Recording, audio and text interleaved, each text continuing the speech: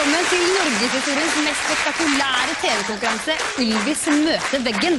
Og velkommen til TV-bransjen, Kjetil André Aamodt. Tusen takk for det, Kjersti. Takk skal du ha. Du har jo vært pensjonist et par år siden nå. Hvordan blir det å komme tilbake til arbeidslivet? Du, det er utrolig deilig å være her. Altså, jeg føler på en måte at jeg har sløst bort livet mitt. Jeg er på toppen av en fjelltopp. Det er digg å være her sammen med deg, Kjersti. Og gjøre noe viktig. Ja, noe fornuftig. Veldig Endelig. bra. Ja. Programmet heter jo Ylvis møter veggen, og det er altså to brødre som skal kjempe mot hverandre. Jeg tror vi bare skal få det inn med en gang. Ja. De er unge, og de har litt sånn middelalderaktig hårsveis. Her er Bård og Vegard Ylvisåker.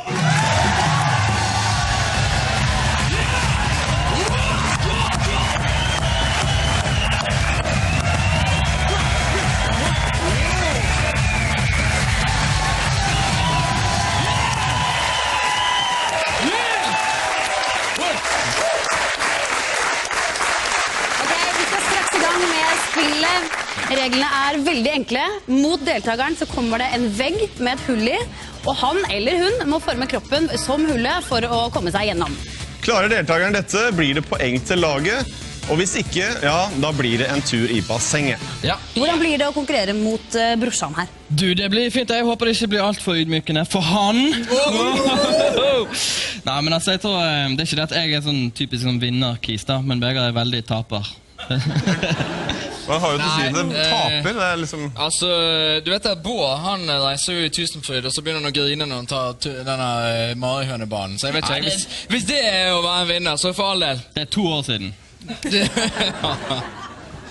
Ok, nå skal ikke Bård og Vegard kjempe helt alene. Hver av brødrene har fått med seg 2 kampfeller etter eget valg. Og Vegard, Jepp. hva har du lagt vekt på når du har satt sammen laget ditt? Du, først og fremst så vil jeg ha en popkomet, en ung og lovende artist. Og så vil jeg i tillegg ha minst 1 gitarist fra TNT. Og hvem er de? Så jeg har fått med meg Elisabeth Karev og Ronny Littekere!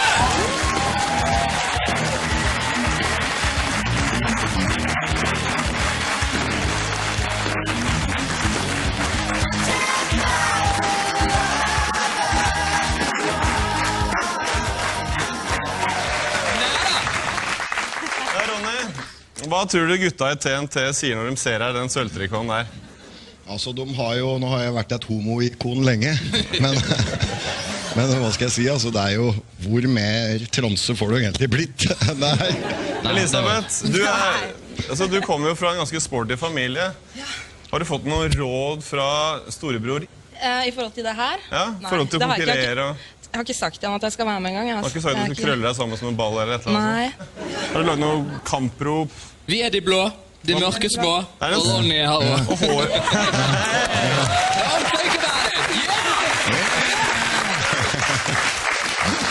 Bård, synes du dette laget her ser skummelt ut? Det laget der, ja, så når jeg ser på de, så tenker jeg at dette kommer til å bli veldig, veldig...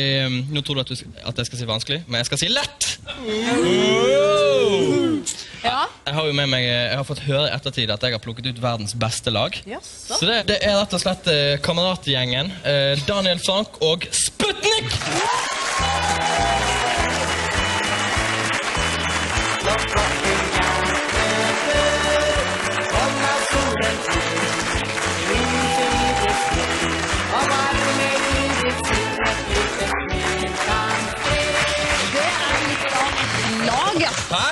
Sputnik, gruer du deg til det her, eller? Nei.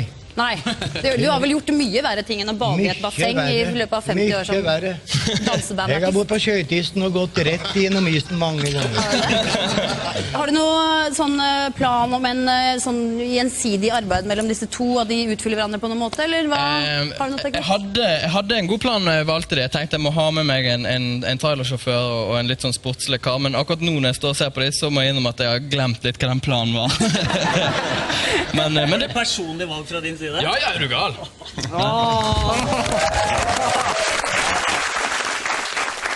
Jeg lurer på om vi ikke bare rett og slett begynner konkurransene.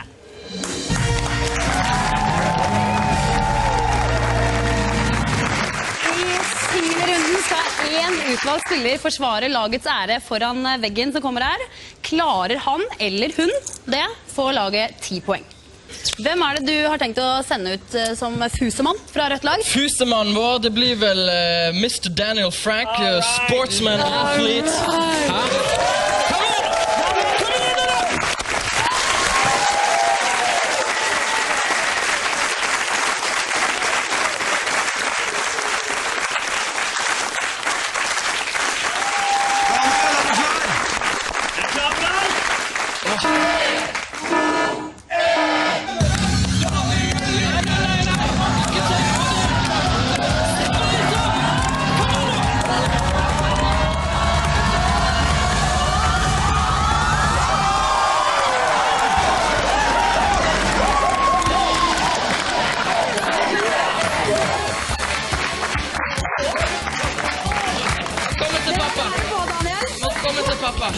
Skal du bade veldig lenge, eller? Jeg pisser! Han sa at det var det eneste som kunne komme til å skje, så det var greit. Herregud, vi en gjeng. Kom. Takk. Det var veldig close. Ja, det var veldig klart. Hva er det, altså? Hvor varmt det? Jeg holder sikkert 16 grader, tenker Ikke jeg. så gærent det. Nei. Men hva tenkte du da du så veggen? Jeg hadde på følelsen at jeg Kanskje faktisk mest hadde for lange bein, og det er veldig sjeldent for meg å være. Veldig. Men du, det Jeg var... har aldri opplevd før. Det var veldig stor, hva heter det for noe? God innsats. Ja. Her kommer reprisen.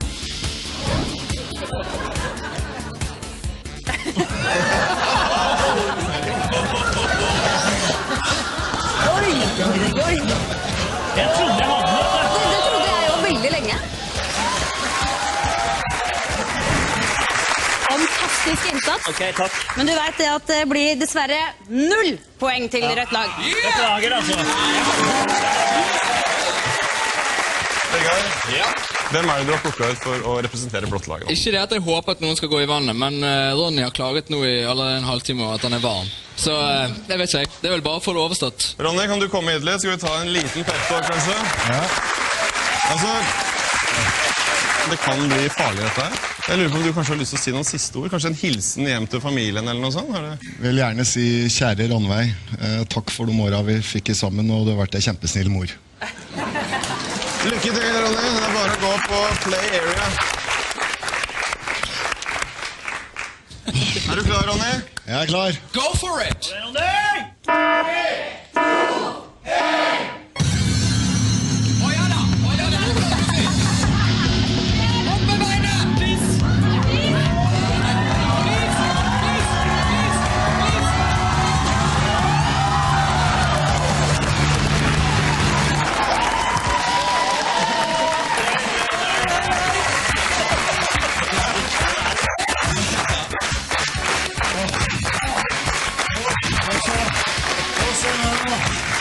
Det verste jeg ser. Se hvordan tissen krymper. Altså, du viser jo at du er smidig. Beinet var jo omtrent loddrett. Jeg vet ikke. Vi har reprise på det, hvis du lurer på hva som skjedde. Ta en titt på det her.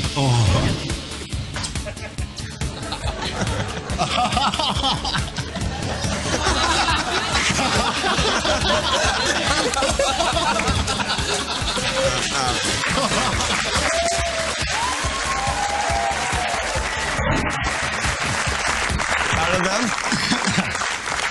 Altså, jeg er jo mye sånn på fritid, og det er egentlig litt sånn på ett bein. Du går i vannet. Det var god underholdning, men dessverre, det blir ingen poeng på blått lag.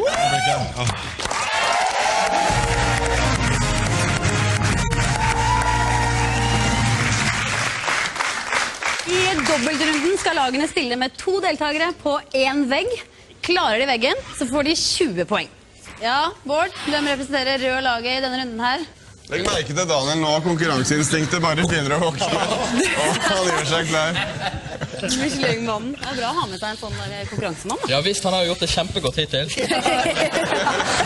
Ikke tenk på det. Neida. Nei. Så med tanke på det, hvem sender du ut på spillområdet der nå da? Det sier seg vel litt selv akkurat det. Nå er det vel meg og så Sputniken som må ute, ikke det? Er du klar? Sputnik, hvordan er det? Føler du... Har du på deg Sputnik-trusa? Er den vanntett? Den er vanntett, ja. Den er det, den Ja, er på? den er vanntett. Da er det vel bare å Ja. sette i gang da. Ja. Nei,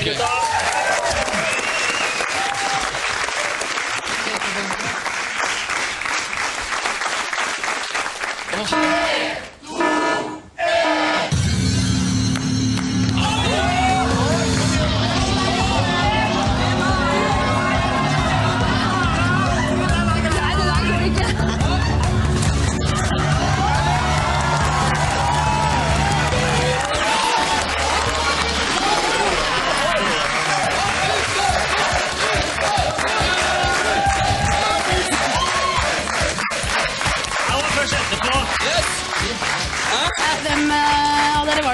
ta æren for det bra samarbeidet? Ja, her var det jo Sputnik som gjorde jobben. Nei, det var han. Nei, det Ja, var Sputnik. ok, det kan vi kanskje få se bedre, for her kommer det om igjen.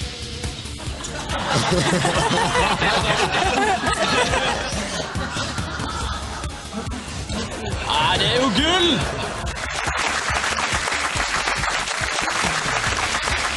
Vi så jo det på reprisen her, at dere kom gjennom. Ja. Ingen havna i vannet, men den godkjennes under tvil. Yes! For dere skal egentlig forme kroppen som hullet, som jo var litt mer sånn. Ideelt sett, men Ja. tvil er tvil. Tvil er tvil, og det får 20 poeng.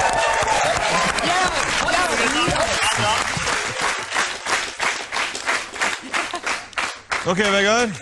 Hvem er det du har tenkt til å la prøve seg på det blå laget denne gangen? Jeg skal være meg selv, ta ansvar. Det skal jeg, som ble lagleder. Og så synes jeg jo Elisabeth ser litt kampsulten ut. Eller er du bare sulten? Det er litt vanskelig å skjønne de signalene som kvinnene sender ut etter. Men det jeg tenkte på var, på alpin så har vi alltid bygd lag ved å bo på hotellrom sammen. Har dere bodd i natt? Ja, vi har bodd på hotellrom sammen, ja. Som vanlig. Som vanlig. Ja.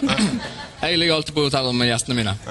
Ronny, var du der også, eller? Ronny var innom. Men vi snakker ikke mer om det. Nei. Bra, men da er det egentlig bare å ta plass ved spillområdet. Yes. Lykke til. Tusen takk.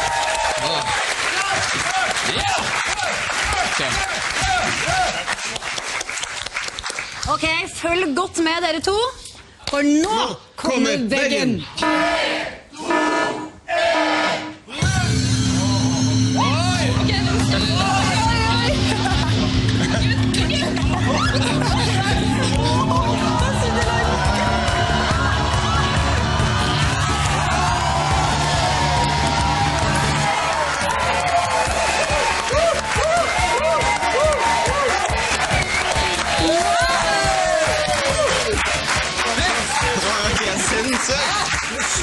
Nå ble det. Kom og se. Kom og se.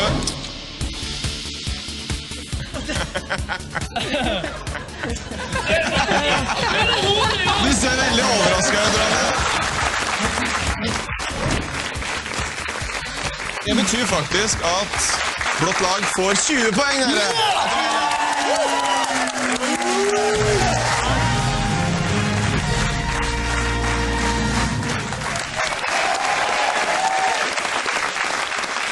I denne runden skal spillerne bruke hodet i tillegg til kroppen, for på veggen vil det stå et spørsmål, og under vil det stå svaralternativer. Og stiller spillerne seg ved det riktige, kommer de tørrskodd gjennom veggen. Hvis de velger feil, oppdager de at det slett ikke var noe hull i veggen, og ender i bassenget. Og Bård, du har jo hatt høye tanker om dine egne fysiske kvalifikasjoner i konkurransen hittil. Ja. Nå er det hjernen som skal i arbeid. Har du noe tro på knollen din, eller? Nei, det har jeg aldri hatt noe spesielt tro på. Nei? Jeg er usannsynlig dum fyr. Platt og dum og alt Det er mulig. veldig riktig av deg. Ja, så jeg sender The Brains. Ok, The Brains. Daniel? Det er begge to. Ja, det er oss. Ja, det er begge to. Ja.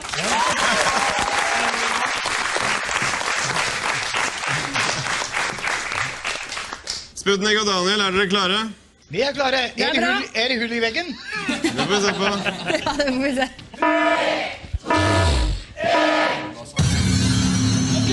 Hva er minus 4? Ganger 9.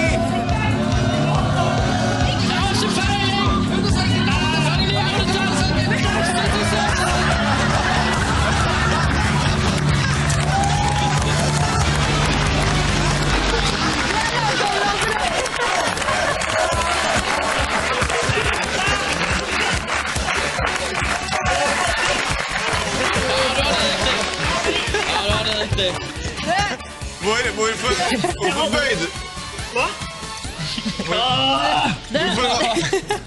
Hvorfor bøyde du deg ikke ned? Du er liten, men du er ikke så liten. Jo, men jeg hadde jo riktig Nei, fy faen, dette her. Nå går jeg hjem, altså. Det har ikke vært dårlig tatt fra.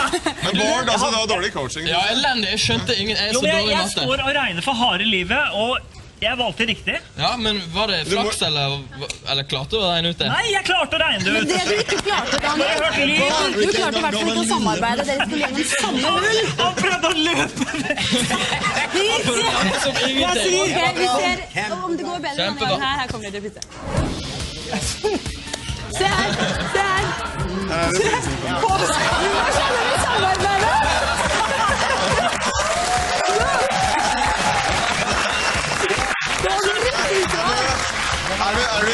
Er du redd for isoporutbrudning? Nei. Men du, får ikke vi poeng for at han klarte å regne ut? Det er jo helt sinnssykt imponerende. Det er bare ljug, og det er da han jo bøyd seg. Nei! Du, det er to Jeg fikk av ikke to beskjed. i bassenget. Tror du det gir poeng? Nei! Nei! 0 poeng, dessverre. Til dere gjør laget. Fikk jeg beskjed om Du klarte å regne ut så komplisert stykke, men du klarte ikke å skjønne at det skulle bøye seg.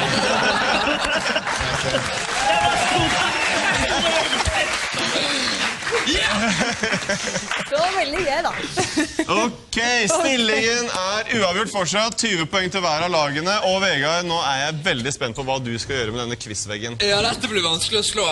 Ja, det blir veldig vanskelig. Nei, altså, nå synes jeg det er...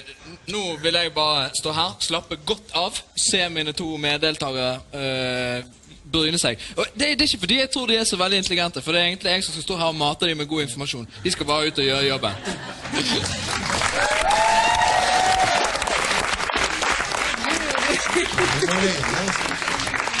Bare slapp av og gjør sånn som jeg sier, ok? Ja, den er greit. Greit.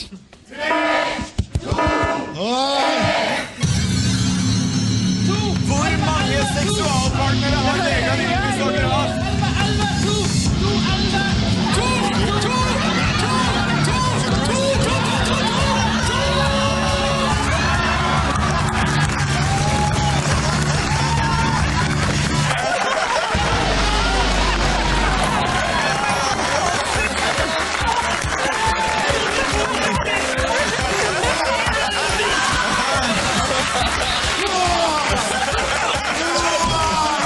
Kjøler, Ronny.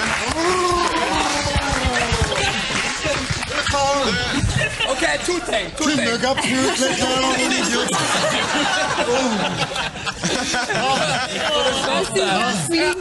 Her står jeg og sier to. Ja, men Alt for usannsynlig. altså, mennesker er høflige, Vegard. Disse er veldig høflige. Det var i god mening, tror jeg, at de faktisk gjettet feil. La oss se på reprisen. Og hvordan?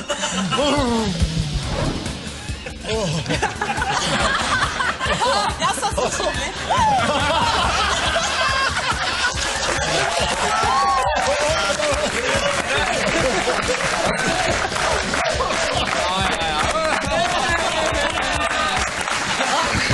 Vegard sa jo 2, men hvorfor gikk du på 11, Elisabeth? Fordi jeg er en sau. Fordi jeg skal bare gå på etter instinktet mitt ras. Jeg følger med.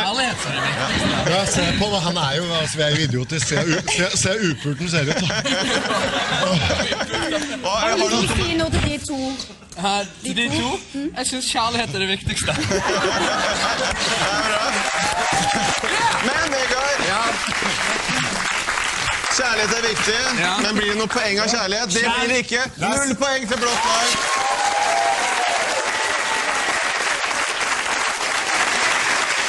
Deltakerne skal nå få noen minutter på seg til å hente seg inn, for etter en kort reklamepause så er vi tilbake. Og bare så det er sagt, kampen kommer til å tilspisse seg.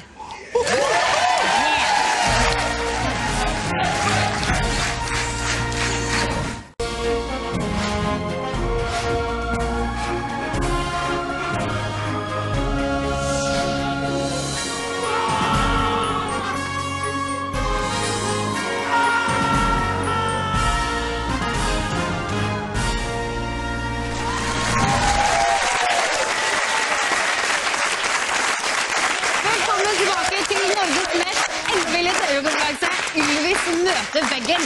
Her er det 2 stykk Ylvis-åker og 4 kjente folk i sølvtrikot som konkurrerer om heder og ære. Her skal vi se hva som skjedde før pausen.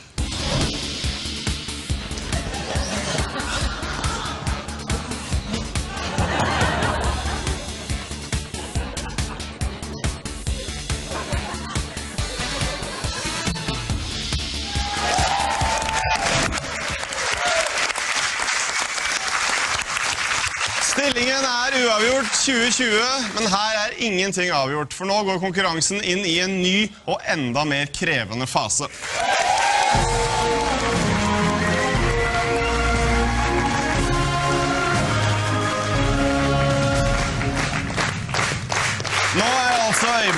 Vegard, de skal måles mot hverandre. Ylvis skal møte Ylvis. Ja, men for at de ikke skal slippe for billig unna, må hver av brødrene komme seg gjennom denne veggen med en eller annen form for hindring. Og Vegard, Ja. jeg regner med at du har lyst til å hamre den kjepphøye lillebroren din ned til jorda. Hva du skulle visst. Lykke til! Men det du ikke vet, det er at du faktisk skal gjøre det med rulleskøyter på beina. Det blir for dumt. Hvorfor blir det for dumt, Vegard? Fordi at jeg er sinnssykt god på rulleskøyter, for å si det enkelt. Jeg sto faktisk og tenkte på akkurat nå at hvis jeg skulle få noe som var liksom prestasjonsbedrende for meg akkurat nå, så måtte det vært rulleskøyter, gitt. Ronny, synes du ser ut som Vegard har kontroll her, eller? Ja da, dette går fint. Det er brukbart ut.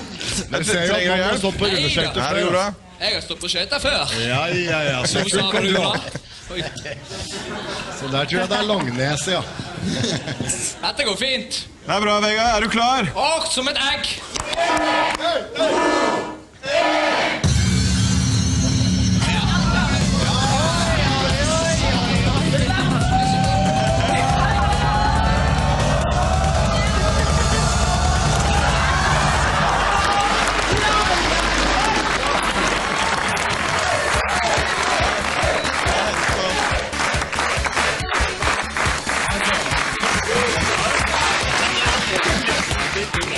Ja, det var det.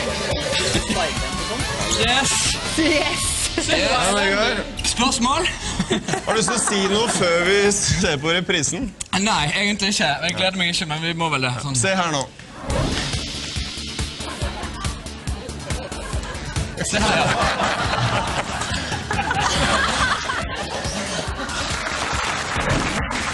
Er du like cocky nå på en måte, at du ble bedre på rulleskøyter? Altså, det var ikke rulleskøytene som var problemet. Bolla var for stor. Ja, pungen var for stor, og så kom det en sånn her vegg imot meg. Jeg vet ikke om du så det. Det var største problem. Aldri opplevd før. Jeg vil gjerne gi deg noen poeng, nemlig 0 poeng til blått lag.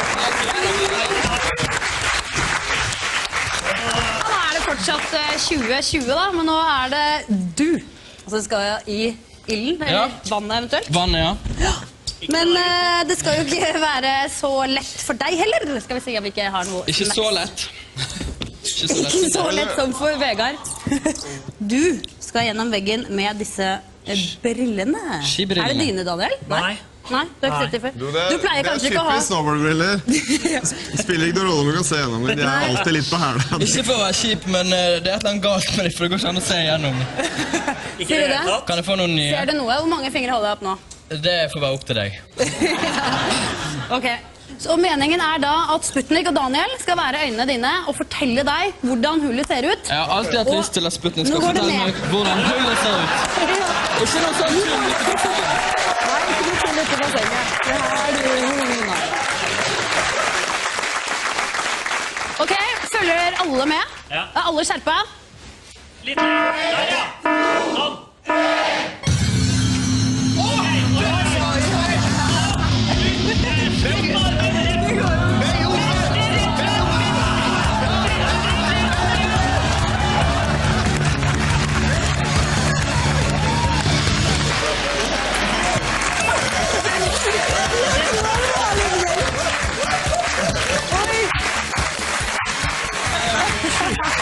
Så kjent ut. Det er det verste jeg har vært med på i hele mitt liv. Jeg fatter at du ikke forstå venstre rett fram. For det var eneste jeg klarte å si. Venstre, rett frem!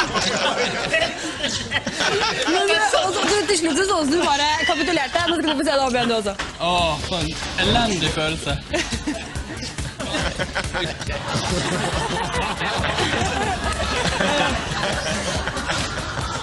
Ja, du ser bare hjelpeløs ut. Det var som å lukke øynene, så skal jeg slå det på ett tidspunkt. Men du, hva var det de sa de noe som hjalp i det hele tatt? Jeg mente det, lukke øynene, så skal jeg... Nei, det var ingen hjelp å hente i det hele Ok, tatt. jeg skulle gjerne... Høyre eller venstre eller opp og ned. Dere får 0 poeng. Ja, ja. Ja, ja. Jeg var flink.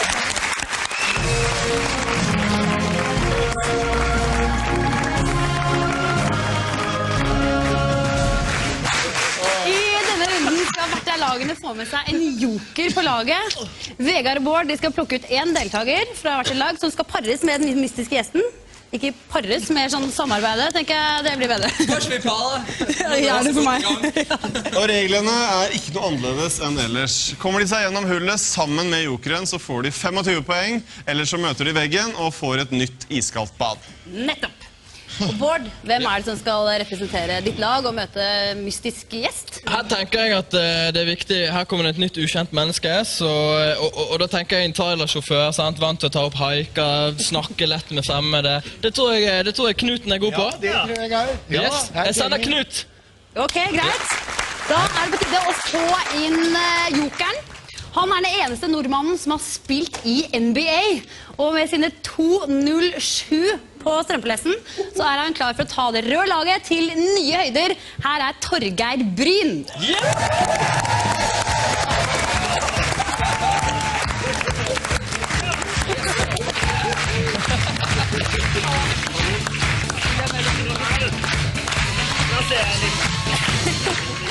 Føler du deg bra nå?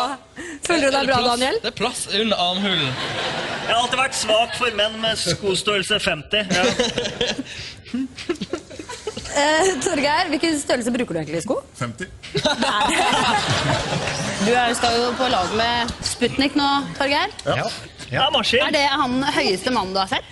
Nei, Nei! det det ikke. Det veldig mange sånne høye menn der hvor du bor? Ja, har en nabo. Ja. Hvor høy han da? 2,24. Jeg foreslår at dere bare tar plass på spillområdet.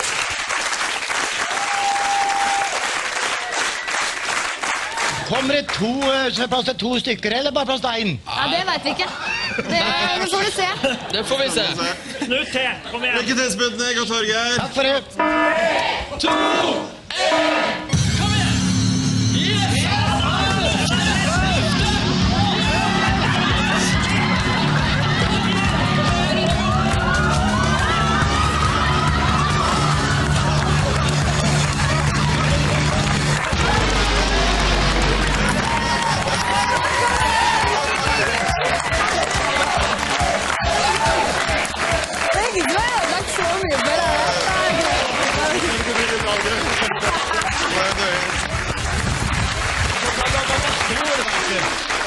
Og jeg synes du var veldig kjapp i reaksjonen der. Altså, du kan se det selv også.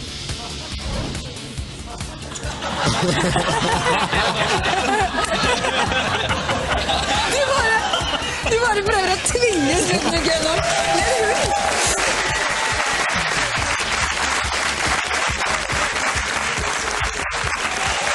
Ok, dere sikkert kjempespent på poengene nå. Nei, det blir dessverre 0 poeng igjen til rødt lag.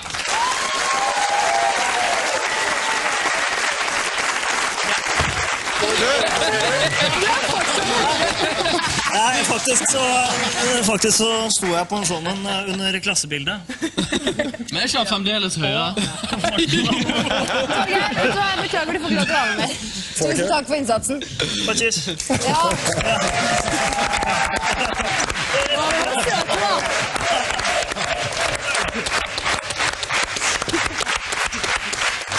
Blått lag skal også få sin joker, og Vegard, hvem skal representere blått lag sammen med jokeren? Det så deilig å ha susp. Det veldig nytt for oss. Give me a tiss. Give me some tiss! Jo, hvem skal i ilden nå? Jeg tror at Ronny Leteker skal få prøve seg. Ronny, apropos... Gi deg bare nå! Ja, men det er jo hele klart. Ronny, du skal vente på jokeren din. Hun bruker all sin tid på kroppsbygging, og nå skal hun gi blått lag et løft med noen flotte muskler. En varm applaus for Jorunn Steine.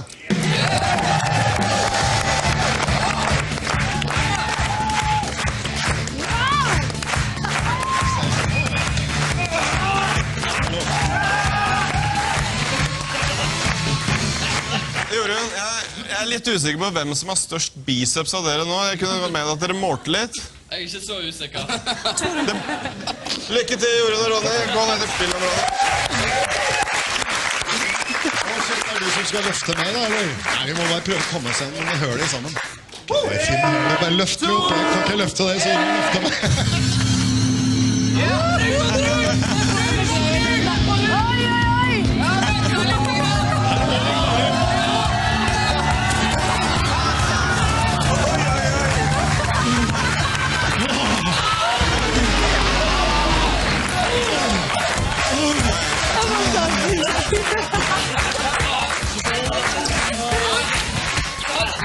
Det var så bra. Er det så kjølig der nede? Jeg følte at dere sleit litt med å finne ut hvem som skulle løfte hvem. Det er jo egentlig ganske åpenbart. Er det ikke det? Ronny? Ronny prøvde å være litt gentle. Du prøvde å være litt gentle, men det funker ikke. Altså, det er bare 2 whisky, så går jeg og løfter sånn på huet også, altså. Dere var jo et rørende par. La oss se på reprisen.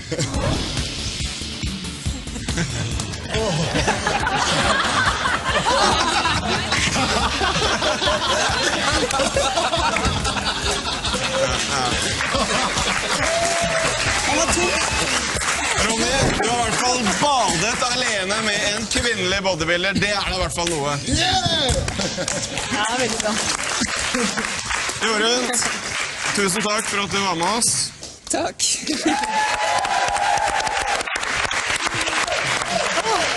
Det betyr at stillingen fortsatt uavgjort, og vi skal videre I konkurransen.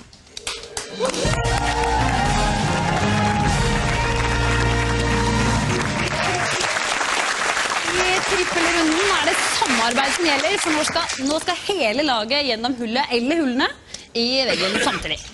Ja, det dere som starter. Har dere trent noe, eller samarbeid? Det deres greie? Ja. Trent nå litt vanskelig, for det jo det som hele prinsippet med programmet her. At man ikke har trent. Og I tillegg til det. Det har gått veldig dårlig når vi har vært 1 og 1 da, så jeg satser på at sammen så skal vi være... Sammen vi krutt! Ja, litt sånn. Så det kommer til å gå fint. Du som... Du som lagkaptein, du må jo noen ganger mane fram litt sånn ordentlig mot. Ja, group hug for eksempel. Det klarer vi.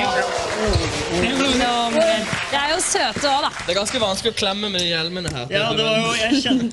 Litt søte og sykt patetiske. Ja. Det går fint. Det går fint. Ta plass på banen, kall med 3.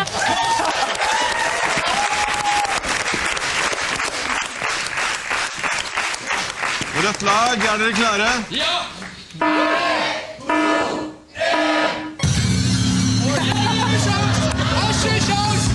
det går ikke. Det kan ikke gå.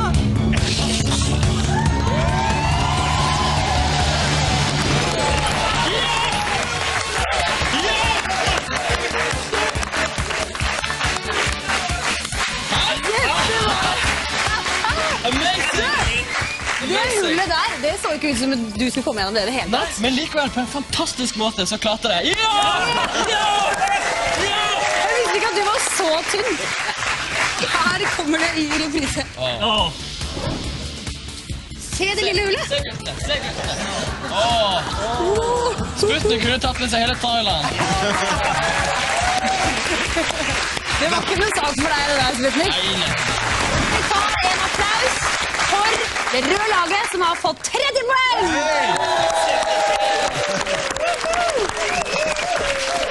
Det jo sykt gode. Ja, dere var sykt gode. Da det blått lag sin tur. Lykke til! Og vi kommer til å gå for det største hølet. Og Vegard, det noe du vil si til laget ditt for å få opp liksom, dere ligger litt bak nå, dere er 30 poeng bak. Nei, vi har jo fortsatt muligheten. Altså, jeg bare sier at vi har en taktikk. Vi gode venner, og så sikter vi på hullet. Hæ? Ja. Yeah!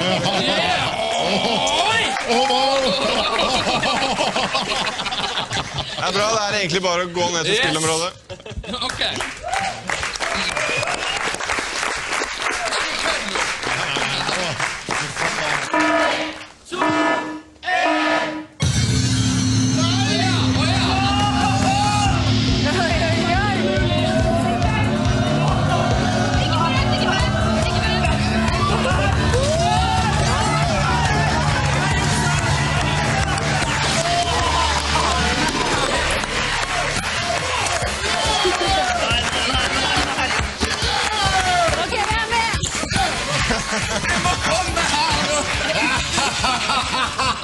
Det kan virke som dere er best under press, men det begynner å bli poeng. Ja, visst. Her kommer reprisen. Det her, ja. Jeg satt så sånn.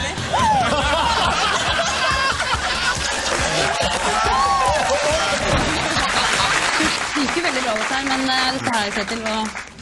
Det ligner på 5 poeng. Det blir nok 5 poeng trekk dessverre når du tar med litt av veggen. Det betyr at blått lag får 25 poeng. Gratulerer.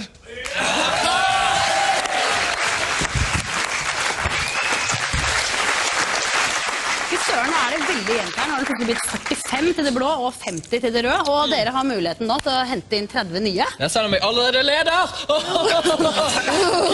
Rødt lag rimer litt på elendig. Ok, da er det bare å klemme til på siste trippelveggen. Lykke til!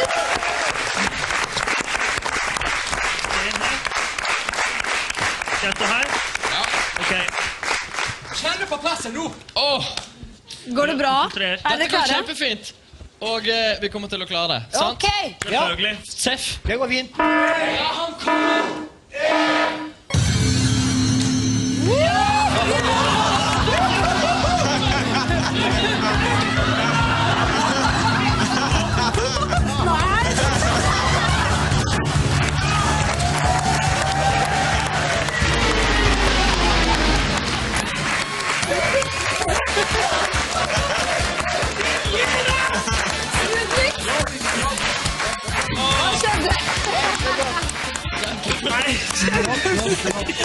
Jeg var imponert. Du reagerte raskt på Det var veldig raskt. Jeg vil jo bli løftet opp. Jeg er ikke ferdig Oi. Nei, det er litt sånn frustrasjon her rundt hva som egentlig skjedde. Men her kommer det om igjen.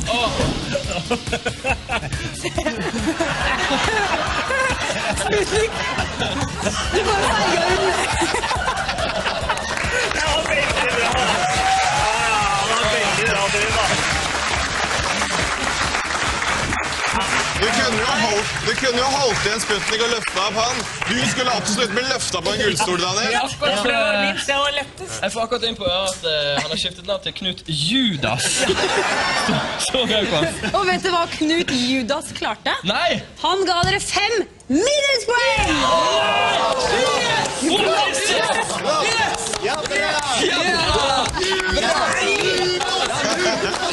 Nå er det faktisk siste trippelvegg, dere, og det er blått lag. Og jeg tenker som så, dere hadde godt samarbeid sist. Dere representerer på en måte 3 ulike musikksjangre. Vi har hardrock, vi har R&B og litt sånn Dizzy Junes. Yes, der fikk vi den. Ja, så det er sånn. Det er monkeys. Monkeys. Er det derfor at dere alle driver med musikk, og det er derfor at dere på en måte på trippelveggen, det er der dere gjør det? Ja, det er en god synergi, sånn sett. Vi får se om du holder i vegg nummer 2, Vegard. Ja, Lykke til. takk.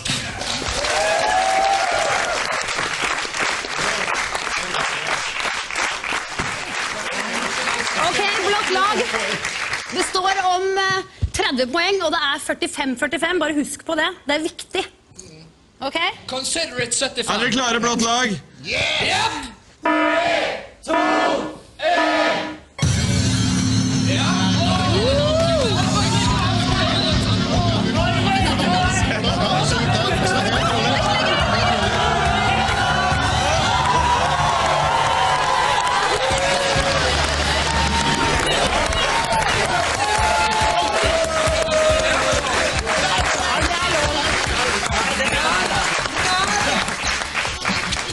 Elendig. Du, altså, jo mer press det er, jo bedre fungerer gruppa. Hva sier du, Vegard? Ja, du ser, det var samarbeid, det var kosing, var det vi går på. Ronny, la oss se på det en gang til. Ja. Elisabeth, du er glad i Ronny, sier jeg. Og Vegard. Alle er glad i Ronny.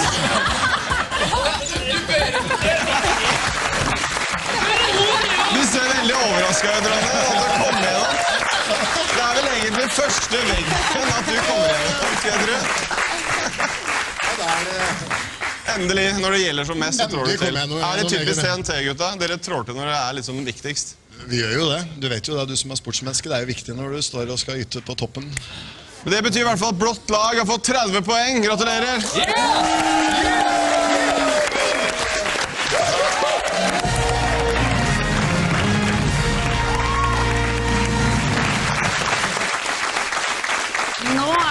en person fra hvert lag skal møte finaleveggen side om side.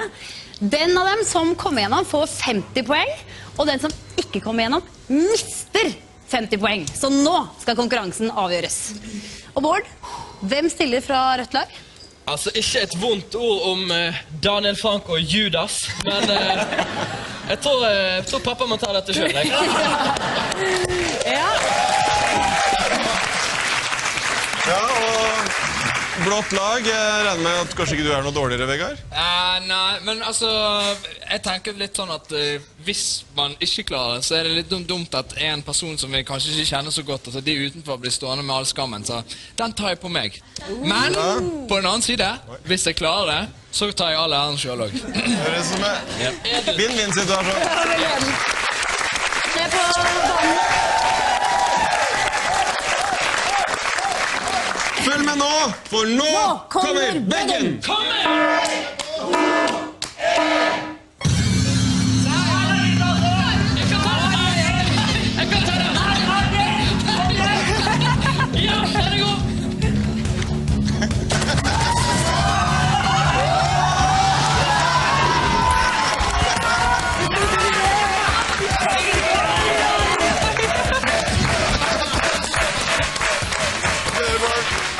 Det var nydelig. Vegard, det går med sammen, skam. Ja, nå kan du være frem over det blå laget. Dette her med å skifte rundt på andre folk, er det helt greit? Ja, det er ikke noe regler på det, dessverre. Jeg tar den på min kappe. Jeg var jo så close. Litt sånn balansegreier. Få se når du står på hodet da. Hadde du klart det? Hæ? Kom igjen, få se når du står på hodet. Ja, jeg klarer det.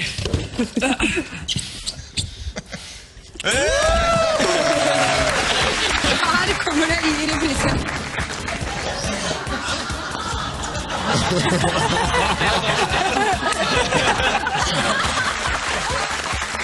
Rett lag er dagens vinner!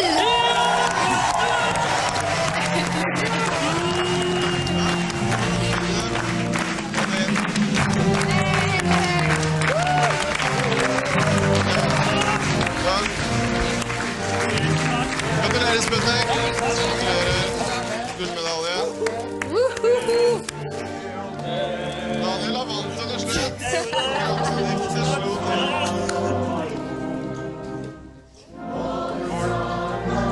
Dette gjør du veldig bra, Kjetil. Tusen takk! Fantastisk. Og vi er tilbake samme tid neste uke. Ha det bra! Ha det!